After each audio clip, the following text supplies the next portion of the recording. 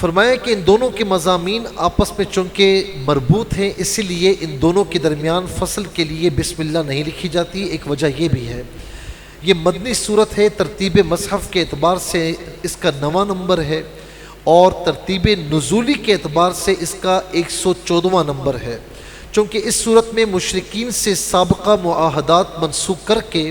براءت کا اعلان کیا گیا، اس لیے اس کو سورۃ البراءہ بھی کہا جاتا ہے۔ براءہ کہتے ہیں کسی سے بیزاری کا اعلان کرنا، کسی سے آزادی کا اعلان کرنا، اسے براءت کہتے ہیں۔ سورہ توبہ میں مشرکین کا مسجد حرام میں داخلہ بند کر دیا گیا، مناسک حج ادا کرنے سے انہیں روک دیا گیا، مشرکین سے حالت جنگ کا اعلان، جبکہ اہل کتاب سے جزیہ ادا کرنے کا مطالبہ کیا گیا، اور ان کے احبار اور رہبان کے باطل عقائد اور نظریات کا رد کیا گیا،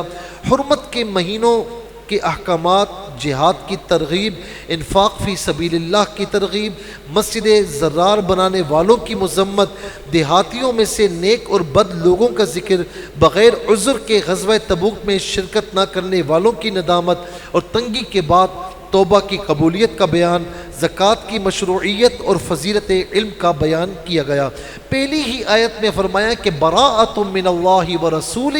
الی الذین عاہدتم من المشرکین، بیزاری کا حکم سناتا ہے اللہ اور اس کے رسول کی طرف سے ان مشرکین کو جن سے تمہارا معاہدہ تھا اور وہ قائم نہ رہے۔ یعنی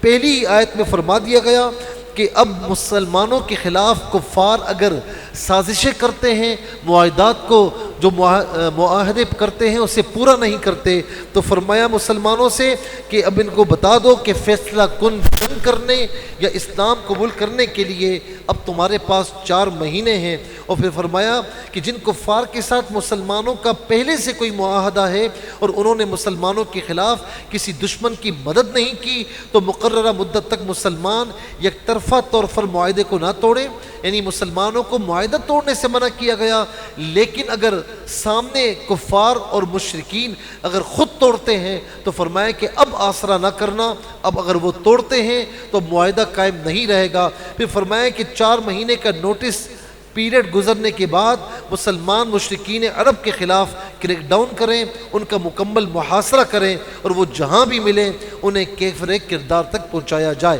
اب یہ آیت کریمہ جو ہے باقاعدہ اللہ رب العالمین نے آیت نمبر 5 میں اس بات کا بیان فرمایا، یہ حالت جنگ کا بیان ہے کہ اب پہلے مسلمانوں کو اس طرح حکم نہیں تھا، لیکن اب مسلمانوں کو حکم دیا جا رہا ہے کہ اب کفار تم سے کچھ کریں، تم سے زیادتی کریں تو اب انہیں جواب دینا۔ یہ اجتماعی طور پر بات ہو رہی ہے کہ اب آسرا نہ کرنا، اب جواب دینا، اور بہادری کے ساتھ ان کے سامنے ڈٹے رہنا۔ جس طرح تم جہاں ملتے ہو وہ تمہیں نہیں چھوڑتے، تو وہ بھی جہاں ملے تو تم کیفر کردار تک پہنچاؤ۔ لیکن اس کے ساتھ ساتھ دیکھیں، اسلام وہ دین ہے جو ہمیں حالت جنگ میں بھی انسانیت کا درس دیتا ہے۔ اب دیکھیں کیا فرما رہا ہے آیت نمبر 6 میں، وَإِنْ أَحَدٌ مِّنَ الْمُشْرِكِينَ اسْتَجَارَكَ فَأَجِرْهُ حَتَّى يَسْمَعَ كَلَامَ اللَّهِ ثُمَّ أَبْلِغْهُ مَأْمَنَهُ۔ اور فرمایا کہ محبوب اگر کوئی مشرک، کوئی کافر تم سے پناہ مانگے، اسے پناہ دو کہ وہ اللہ کا کلام سنے، پھر اسے اس کی امن کی جگہ پہنچا دو، یہ اس لیے کہ وہ نادان لوگ ہیں۔ فرمایا کہ جو کافر مقابلے کے لیے آتے ہیں مقابلہ کرو، جنگ کے لیے آتے ہیں جنگ کرو،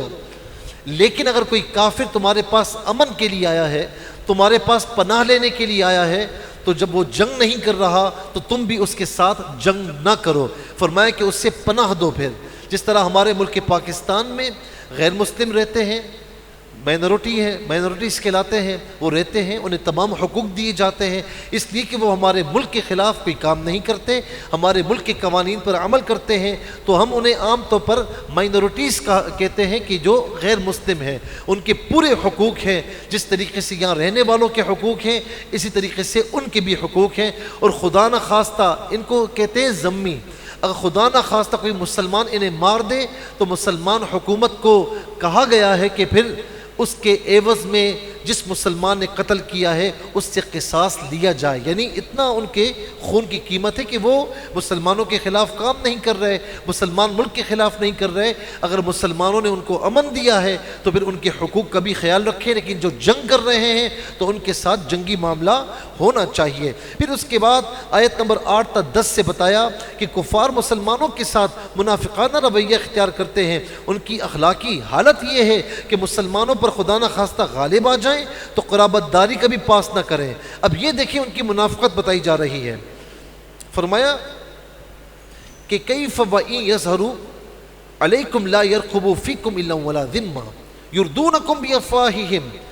وَتَأْبَىٰ قُلُوبُهُمْ وَأَكْثَرُهُمْ فَاسِقُونَ. بھلا کیوں کر ان کا حال تو یہ ہے کہ تم پر قابو پائیں تو قرابت کا, رشتہ داری کا لحاظ نہ کریں اور نہ کسی عہد کا لحاظ کریں. اپنے منہ سے تمہیں راضی کرنے کی کوشش کرتے ہیں لیکن وہ دل میں تمہارے ساتھ نہیں. جہاں انہیں موقع ملتا ہے وہ مسلمانوں کو چھوڑتے نہیں. یہ غیر مسلموں کا رویہ بتایا جا رہا ہے. اور پھر اس کے بعد فرمایا کہ ہاں جو توبہ کر کے ایمان لے آئیں اور اسلام کے تقاضوں پر کاربند رہیں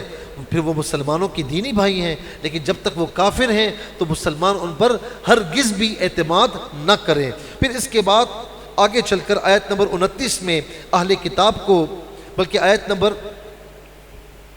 25 میں غزوہ حنین کا حوالہ دیتے ہوئے فرمایا کہ بعض اوقات کثرت تعداد پر اترانا اور نازہ ہونا بھی شکست کا باعث بن جاتا ہے. اب ہوا یہ تھا, اور یہ ظاہر ہے کہ بڑا عجیب و غریب معاملہ ہے کہ یہاں اللہ تبارک و تعالیٰ فرما رہا ہے کہ لقد نصرکم اللہ فی مواطن کثیرۃ ویوم حنین اذ اعجبتکم کثرتکم فلم تغن عنکم شیئا وضاقت علیکم الارض بما رحبت ثم ولیتم مدبرین. اب یہاں پر کیا فرمایا کہ غزوات میں مسلمانوں کو اللہ تبارک و تعالیٰ نے کافروں پر غلبہ عطا فرمایا, جیسے واقعہ بدر میں, واقعہ قریظہ, واقعہ ندیر میں,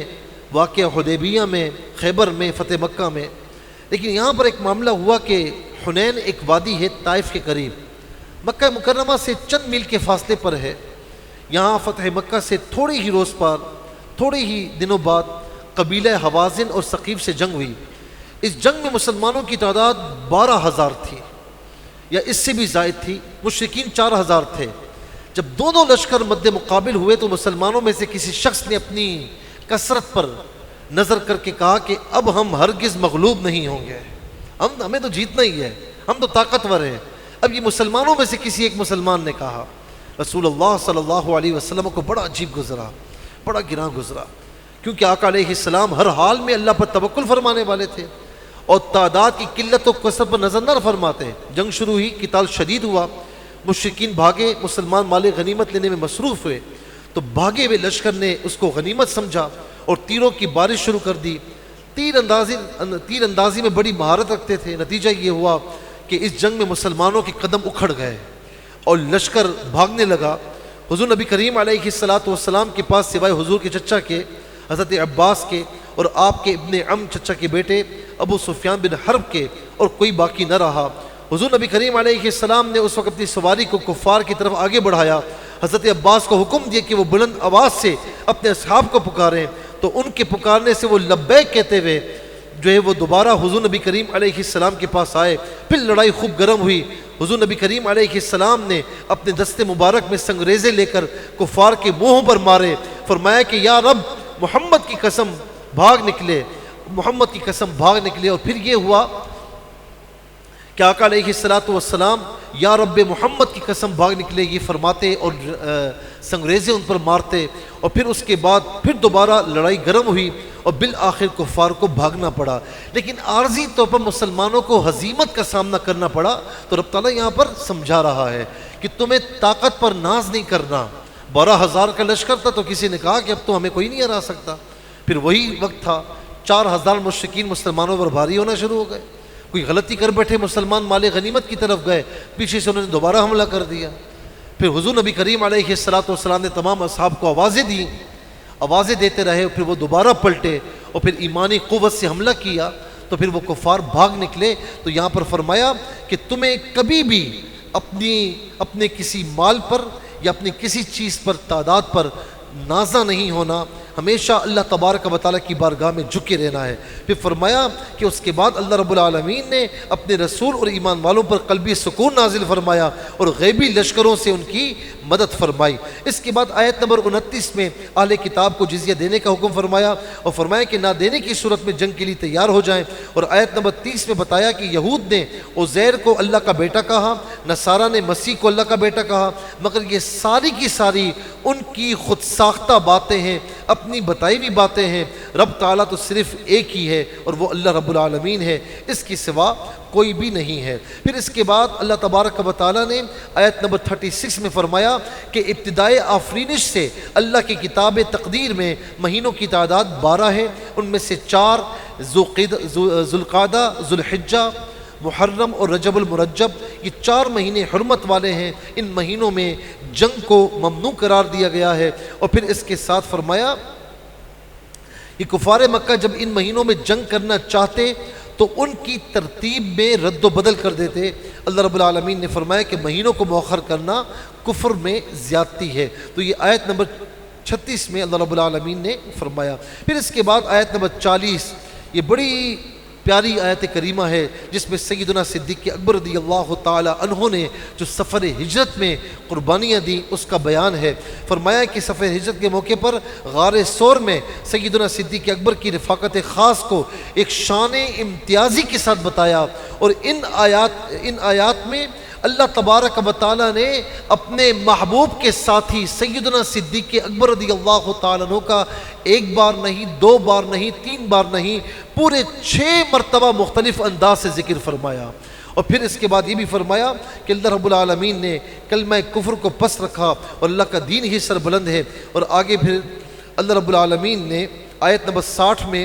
فرمایا کہ انما الصدقات للفقراء والمساکین والعاملین علیہا والمؤلفۃ قلوبہم وفی الرقاب والغارمین وفی سبیل اللہ وابن السبیل۔ فرمایا کہ صدقات واجبہ یعنی زکوٰۃ، اس کے مصارف مستحقین کو قطعیت کے ساتھ بیان فرمایا، وہ یہ ہیں فقراء، مساکین، عاملین زکوٰۃ، مؤلفۃ قلوب، غلامی سے گردن کو آزاد کرنا، جو قرض کے بار تلے دبے ہوئے ہیں، فی سبیل اللہ یعنی جنہوں نے اپنے آپ کو کل وقتی طور پر اللہ کے دین کی کسی خدمت کے لیے وقف کر رکھا ہو، اور مسافر۔ یہ تمام چیزیں میں اس کی ڈیٹیل آپ کی خدمت میں عرض کر چکا ہوں۔ بس یہ ہے کہ جو شرعی فقیر ہے، ظاہر ہے کہ فقیر تو اسے کہتے ہیں شرعی فقیر کہ جس کے پاس اتنا مال نہ ہو کہ وہ نصاب تک پہنچے، اور نصاب آج کل کے دور میں یوں سمجھ لیں کہ چاندی کے حساب سے تقریباً 88 یا 89,000 کے آس پاس بنتا ہے، 88 سے 89 ہزار تک، اور یہ 52.5 تولہ چاندی کی قیمت بنتی ہے، اور گولڈ کے اعتبار سے، سونے کے اعتبار سے 7.5 تولہ ہے۔ اور اگر مکس نصاب ہو یا صرف پیسے ہوں تو پھر دیکھا جائے گا کہ یہ 52.5 تولہ چاندی کے برابر اس کی قیمت بنتی ہے تو وہ صاحب نصاب کہلائے گا، اور نہیں بنتی تو وہ صاحب نصاب نہیں کہلائے گا۔ لیکن علماء فرماتے ہیں کہ جس کے پاس 1 یا 2 تولہ سونا ہو تو اسے چاہیے کہ وہ زکوٰۃ نہ لے، ظاہر ہے کہ اس کے پاس کچھ نہ کچھ تو ہے نا، تو پھر وہ زکوٰۃ لوگوں سے نہ لے۔ اس کے بعد اللہ رب العالمین نے آگے چل کر آیت نمبر 67 میں اللہ رب العالمین نے فرمایا کہ منافق مرد اور عورتیں ایک دوسرے کے مشابہ ہیں، برائی کا حکم دیتے ہیں اور نیکی سے روکتے ہیں، اور خیر کے کاموں سے اپنا ہاتھ روکے رکھتے ہیں۔ انہوں نے اللہ کو بلا دیا ہے اور اللہ نے ان کو نظر انداز فرما دیا ہے۔ اور آگے چل کر ایمان والوں کے لیے فرمایا کہ ایمان والے جو مرد اور عورتیں ہیں ایک دوسرے کے مددگار ہیں، نیکی کا حکم دیتے ہیں، برائی سے روکتے ہیں، نماز قائم کرتے ہیں، زکوٰۃ دیتے ہیں، اللہ اور اس کے رسول کا حکم مانتے ہیں۔ اور پھر اس کے بعد اللہ تبارک و تعالیٰ نے آیت نمبر 78 میں اس بات کو بیان فرمایا، متنبہ فرمایا کہ اللہ دلوں کے رازوں اور سرگوشیوں کو بھی جانتا ہے، اور وہ غیبی باتوں کو بھی، تمام غیبی باتوں کو بھی جاننے والا ہے۔ یہاں پر اللہ رب العالمین نے اس بات کو بیان فرمایا کہ تم اگر دل میں سوچتے ہو یا دل میں کوئی منافقت رکھتے ہو تو یہ بات بھولنا نہیں کہ کہ اللہ رب العالمین تمہارے دلوں کی بھی سنتا ہے، تمہارے دلوں میں جو چھپا ہوا ہے نا اسے بھی سنتا ہے، اسے بھی جانتا ہے، بلکہ تمہارے دلوں میں جو ابھی خدشات یا خیالات نہیں بھی آئے رب تعالیٰ وہ بھی جانتا ہے۔ تو اپنے دلوں میں منافقت نہ رکھنا، اللہ کی بارگاہ میں خالصتاً اخلاص کے ساتھ رہنا۔ پھر اس کے بعد اللہ رب العالمین فرماتا ہے کہ آیت نمبر 79 میں کہ منافقین کا ایک شعار یہ بھی ہے کہ جو غریب ایمان والے تھے نا، جب اپنی محنت کی کمائی سے تھوڑا سا مال صدقہ دیتے ہیں تو یہ منافق ان پر تان کرتے ہیں، ان کا مذاق اڑاتے ہیں۔ اللہ رب العالمین فرماتا ہے کہ کسی کا مذاق اڑانا یہ انتہائی گھٹیا بات ہے، اور اللہ تعالیٰ ان کو ان کے مذاق کی سزا بھی ضرور دے گا۔ پھر اس کے بعد ہوا یہ کہ رسول اللہ صلی اللہ علیہ وسلم نے عبداللہ بن ابی جو کہ منافقین کا سردار تھا، اس کا بیٹا بڑا نیک تھا، اور عبداللہ بن ابی نے ایک مرتبہ حضور نبی کریم علیہ السلام کی چچا امیر حمزہ رضی اللہ تعالیٰ عنہ جب شہید ہوئے، کفن کی ضرورت تھی تو اس نے چادر دی تھی، اور آقا علیہ السلام کسی کا احسان دنیا میں آپ نے نہیں رکھا، تو جس وقت اس کا یہ مرا منافق تھا، منافقین کا سردار تھا، پوری زندگی آقا علیہ السلام کو تنگ کرتا رہا، لیکن ہوا یہ کہ اس کا جو بیٹا تھا اس نے بھی عرض کی، اور پھر اس کے ساتھ ساتھ اور کئی مرتبہ اس کے بیٹے نے حضور نبی کریم علیہ السلام کی محبت میں آ کر اس کو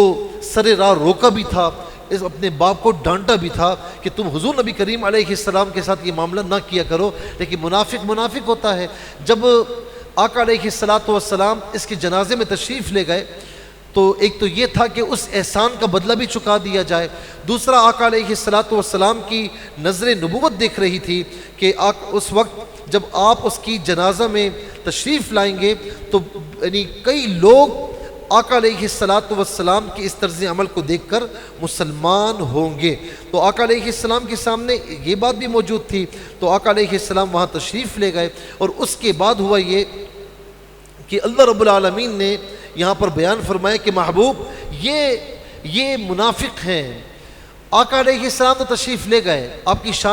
شان کریمی ہے، آپ لے گئے تشریف، اور آپ کی نظر نبوت دیکھ رہی تھی کہ سینکڑوں لوگ مسلمان ہو جائیں گے اس طرز عمل کو دیکھ کر، لیکن اللہ رب العالمین نے گوارا نہیں فرمایا کہ میرے محبوب کا دشمن ہو اور میرا محبوب اس کی جنازہ میں جائے، تو اللہ رب العالمین نے منع فرما دیا کہ محبوب یہ آپ اس کے لیے استغفار کریں نہ کریں، اللہ تبارک و تعالیٰ اسے معاف نہیں فرمائے گا، اس لیے کہ اس کے دل میں آپ کے لیے منافقت تھی، یہ آپ کا مجرم تھا۔ یاد رکھیں کہ اپنے مجرم کو اللہ رب العالمین معافی عطا فرماتا ہے، لیکن میں اپنے محبوب کے مجرم کو جب تک وہ توبہ نہ کرے اللہ تبارک و تعالیٰ معافی عطا نہیں فرماتا۔ یہ آیت نمبر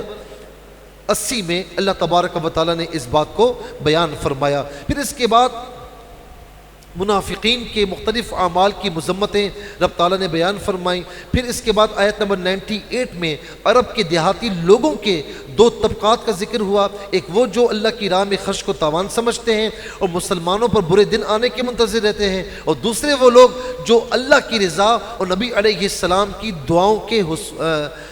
نیک دعاؤں کے حصول کا ذریعہ سمجھتے ہیں کہ آقا علیہ السلام ان کے لیے دعائیں کرتے ہیں اور اللہ تبارک و تعالیٰ کا انہیں قرب بھی حاصل ہوتا ہے، ان کی رضا بھی حاصل ہوتی ہے۔ پھر آیت نمبر 100 میں اللہ رب العالمین نے ایمان لانے میں پہل کرنے والے مہاجرین، انصار اور نیکی کے ساتھ ان کی اتباع کرنے والوں کو اپنی رضامندی کی قطعی سند عطا فرمائی، اور یہاں پر آپ دیکھیں کہ اللہ رب العالمین فرما رہا ہے وَالسَّابِقُونَ الْأَوَّلُونَ مِنَ الْمُهَاجِرِينَ،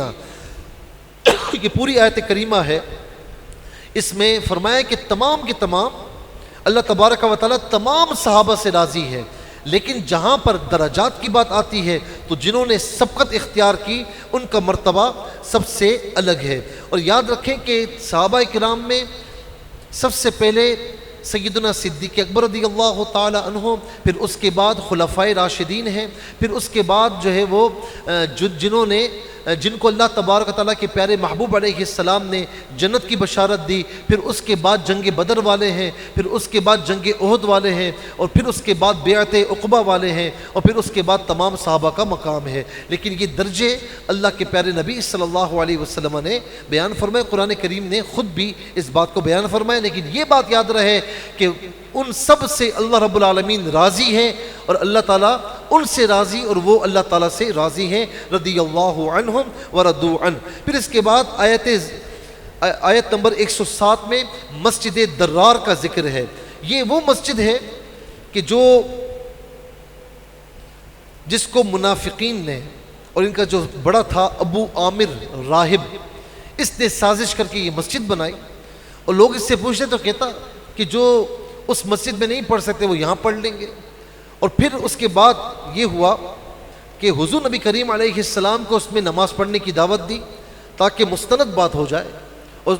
باقی مسلمان بھی یہاں پر نماز پڑھنے کے لیے آئے، لیکن اللہ تعالیٰ نے اپنے نبی علیہ السلام کو اس میں نماز پڑھنے سے منع فرما دیا اور بتا دیا کہ اس مسجد کے مقاصد مسلمانوں کو تکلیف پہنچانا، کفر کرنا، اہل ایمان کے درمیان تفرقہ پیدا کرنا، اللہ اور اس کے رسول سے جنگ کرنے والوں کے لیے سازشوں کا مرکز بنانا۔ اور اس سے یہ معلوم ہوا کہ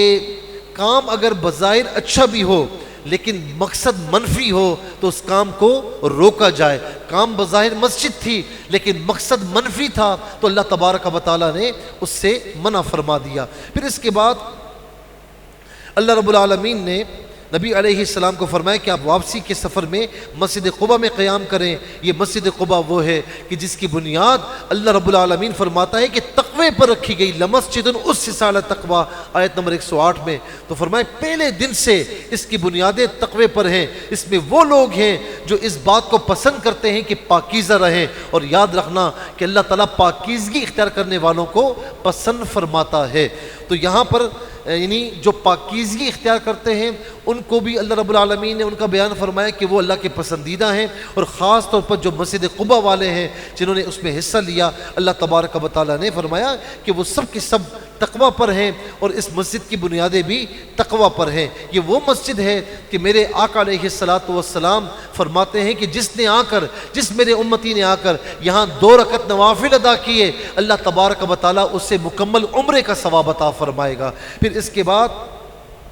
آیت نمبر 118 میں غزوہ تبوک سے پیچھے رہ جانے والے 3 صحابہ کا ذکر ہے، کعب بن مالک، ہلال بن امیہ، مرارہ بن ربیع رضی اللہ تعالی عنہم، یہ ان کا ذکر ہے۔ اور پھر جب آقا علیہ السلام واپس تشریف لائے تو ان تینوں نے آ کر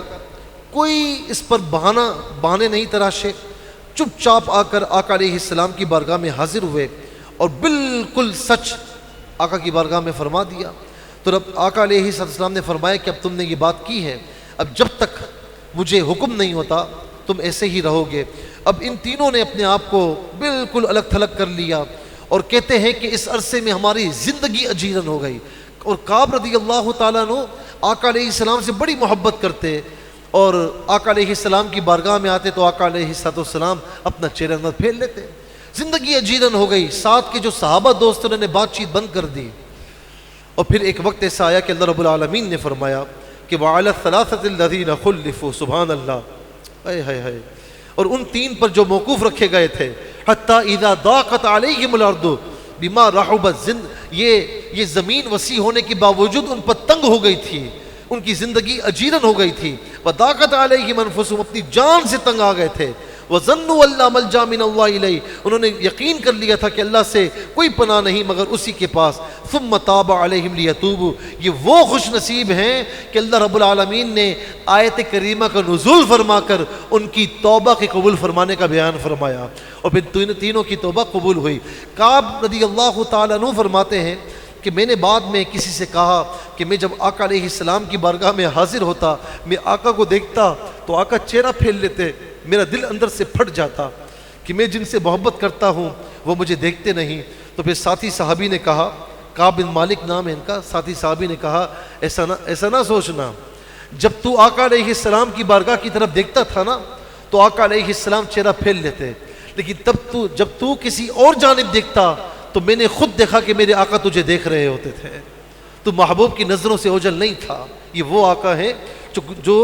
کبھی بھولتے نہیں ہیں۔ اور پھر اس کے بعد سورہ توبہ کی جو آخری 2 آیات ہیں، اللہ اکبر، لقد جاءکم رسول من انفسکم عزیز علیہ ما عنتم حریص علیکم بالمؤمنین رؤوف الرحیم فإن تولوا فقل حسبی اللہ لا الہ الا هو علیہ توکلت وهو رب العرش العظیم۔ یہ آخری 2 آیات شان رسالت کے حوالے سے اور بڑی بابرکت ہیں۔ اللہ رب العالمین نے یہاں پر فرمایا کہ بے شک تمہارے پاس تم میں سے عظیم رسول آ گئے، تمہارا مشقت میں پڑھنا ان پر شاق ہے، تمہاری فلاح پر وہ بہت حریص ہیں، ایمان والوں پر بڑے شفیق اور انتہائی مہربان ہیں۔ اب اگر یہ لوگ منہ پھیرتے ہیں تو آپ کہہ دیں کہ مجھے اللہ کافی ہے، اس کے سوا کوئی عبادت کا مستحق نہیں، میں نے اسی پر توکل کیا، وہی عرش عظیم کا مالک ہے۔ حضرت شبلی رحمۃ اللہ تعالی علیہ کو بعض بزرگوں نے خواب میں دیکھا، تو دیکھا کہ حضور نبی کریم علیہ السلام کی بارگاہ میں اور آقا علیہ السلام کھڑے ہو کر ان کی آنکھوں کے درمیان شفقت کے ساتھ بوسہ دے رہے ہیں۔ تو اہل مجلس کی دریافت کرنے پر آقا علیہ السلام نے فرمایا یہ ہر نماز کے بعد مجھ پر 3 مرتبہ صلی اللہ علیہ یا محمد پڑھتا ہے، اور پھر اس کے بعد یہ 2 آیات تلاوت کرتا ہے۔ تو ہر نماز کے بعد جب انہوں نے یہ پڑھا تو اللہ کے پیارے محبوب علیہ السلام انہیں بوسہ دے رہے ہیں، یعنی آقا علیہ السلام کی محبت کے لیے یہ 2 آیات بڑی اکسیر ہیں۔ اللہ تبارک و تعالی ہمیں آقا علیہ السلام سے محبت نصیب فرمائے۔ سورہ توبہ کا اختتام ہوا، اب انشاءاللہ سورہ یونس کا آغاز ہوگا، اور آج سوالات کا وقت نہیں رہا، انشاءاللہ کل سے جو سوالات ہیں وہ ہم شامل کریں گے۔ آج مجھے کسی پروگرام میں نکلنا ہے، تو انشاءاللہ کل سے سوالات کا آغاز ہوگا۔ 5 سے 7 منٹ انشاءاللہ جتنے بھی سوالات اس میں ہو گئے تو آپ کی خدمت میں قرآن و سنت کی روشنی میں انشاءاللہ عرض کی جائیں گے۔ یا الہ العالمین ہماری مغفرت فرما، ہمارے تمام صغیرہ کبیرہ گناہ معاف فرما، خطاؤں سے درگزر فرما، سیاہکاریاں معاف فرما، اپنے سوا کسی کا محتاج نہ فرما۔ یا الہ العالمین سب کی پریشانیاں دور فرما، رزق حلال میں ترقی عطا فرما، اپنے سوا کسی کا محتاج نہ فرما، تمام بیماروں کو شفا عطا فرما، بے اولادوں کو نیک و صالح اولاد نصیب فرما۔ یا الہ العالمین اے مالک و مولا ہمارے روزے اپنی بارگاہ میں قبول فرما، ہمیں ان راتوں کو عبادات سے مزین کرتے رہنے کی توفیق نصیب فرما۔ ہماری سحریاں افطاریاں ماہ رمضان کے روزے، قرآن کی تلاوت، نماز تراویح اپنی بارگاہ میں قبول فرما۔ یا الہ العالمین اسی طرح قرآن کی محبت عطا فرما۔ یا الہ العالمین قرآن کے نور سے ہماری قبروں کو منور و روشن فرما، روز قیامت قرآن کی شفاعت سے ہم سب کو بیرامن فرما، ہماری ایک ایک دعا پر فرشتوں کی آمین فرما۔ وصلی اللہ تعالی علی خیر خلقی محمد و آلہ و صحبہ اجمعین برحمتک